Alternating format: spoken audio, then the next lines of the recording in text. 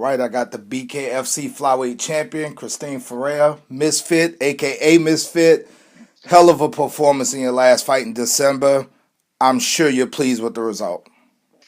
Absolutely. I wanted to knock out the sleeper, but I'm working on it.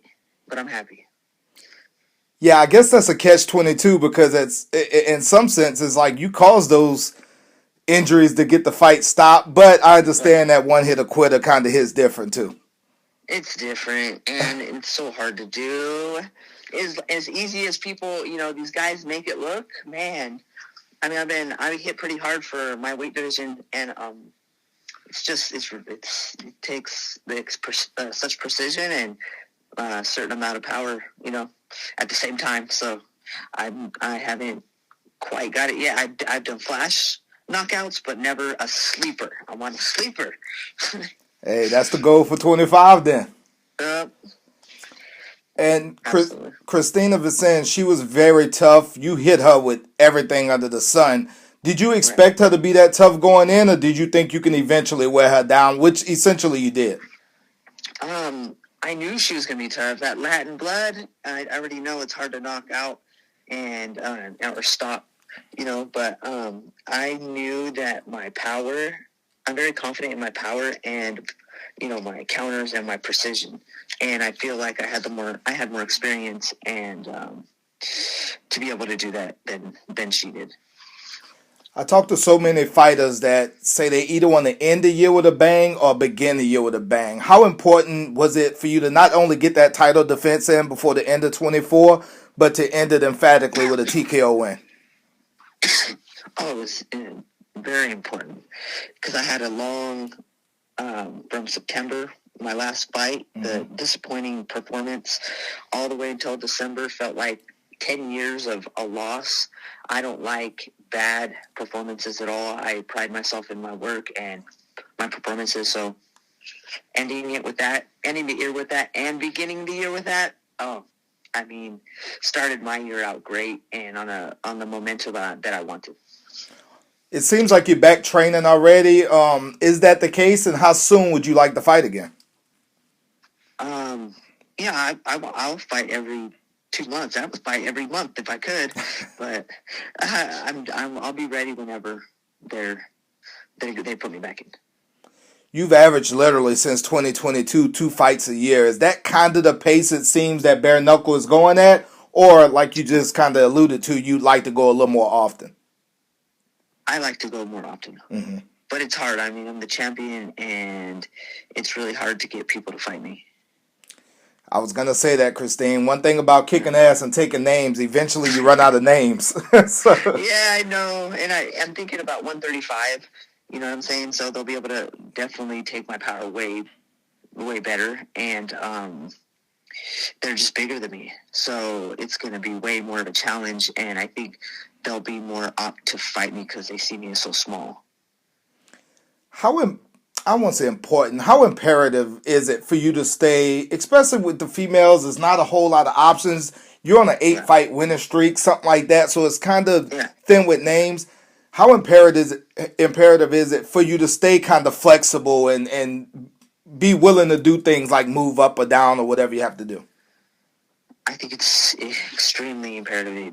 It's the only way I'm going to stay active, and it's the only way that I'm going to make history and make a name for myself that most can't beat, because I've been moving up in weight, especially, and it's not just like 3 pounds, 4 pounds. That's a whole 10 pounds.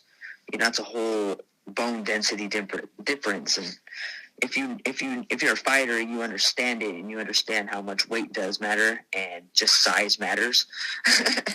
um, yeah, it's something that you got to test yourself, and you got to take chances to be great and to make paths that others won't take. And I mean, it's just part of the game. And if I go in there and I am not successful, then whatever. I tried it. But I mean, of course, I'm going to give everything I got to it.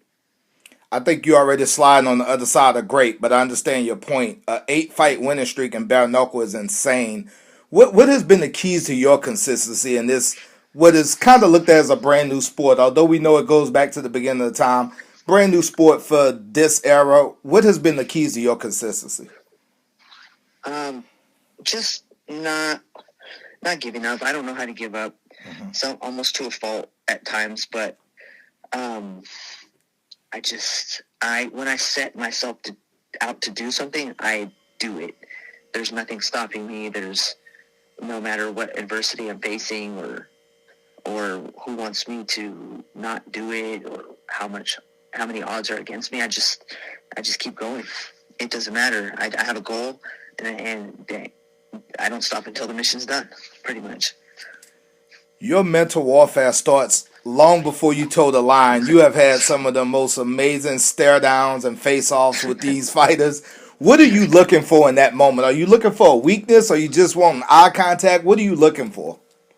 I just test their mentality and their heart and their energy.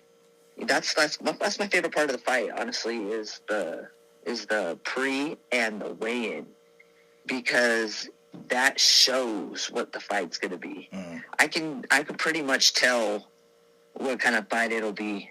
You could tell if you're analytical and you study psychology, which I do, you kind of know what to expect. Wow, that's amazing. I was actually at your BKFC debut in Biloxi, Mississippi. Wow. Against Jennifer Tate.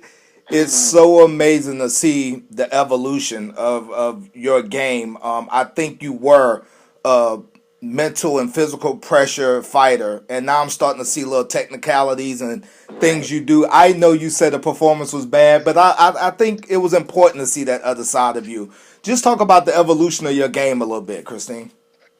Yeah, I mean, it's just like life. I always compare fighting to life because we all have different seasons, whatever you want to call it, chapters that we go through. Mm-hmm. We learn, we grow, we have more experience. We learn from our mistakes. We get older. We have to adjust our games, in life, in the ring. So, I still have a lot in me. I still have, a lot of fire. I have a lot of physicality strengths. I still have cardio. I still have mental strength. But I'm just smarter now. I am, like, when I walk in that ring, it's a different feeling, and it's been the past few fights where my nerves aren't there. And I'm just like, and I've heard from fighters before, it's just like, okay, when you start not getting nervous, that's probably when you're done. Like, but I don't think that's true because I feel like I'm just confident now. Like, I know what to expect in there. Before I would go in there and I wouldn't know what the hell is going to happen. Like, I wasn't experienced. Like, I was just like so nervous and didn't know what's coming next. Like, there's only so many things that could come. Like, there's the 1-2, there's the hook, there's the 2-3-2, there's the whatever.